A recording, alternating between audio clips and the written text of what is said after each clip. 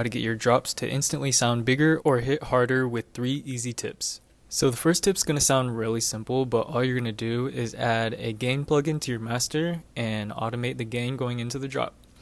So for this example, I have the drop section right here, and what I'll do is bring the gain of the build-up down 2 decibels, and it's that easy.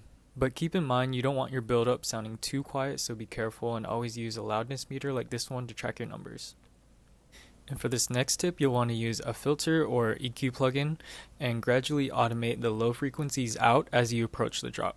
So for this example, I have my drop elements slowly filtering in to introduce what's coming in the drop section. So I put this filtering plugin on my drop synths, and as you can see, I have it gradually taking away more and more low frequencies until it flattens out.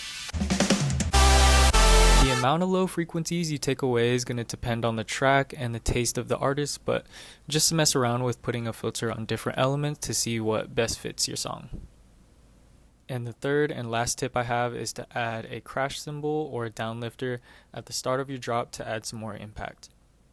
So for this example, I'll have a downlifter that I added to the drop section, and since my drop is hitting on the first snare after the kick, I'll add the downlifter there.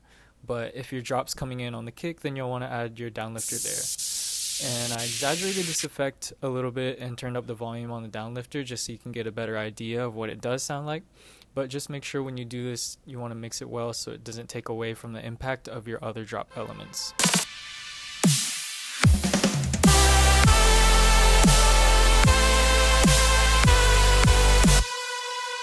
So yeah, if you found this video useful, feel free to give this video a thumbs up and subscribe if you want more content like this. Also leave some comments if you have any suggestions for some new videos. Other than that, thanks for watching, and I'll see you in the next video. Peace.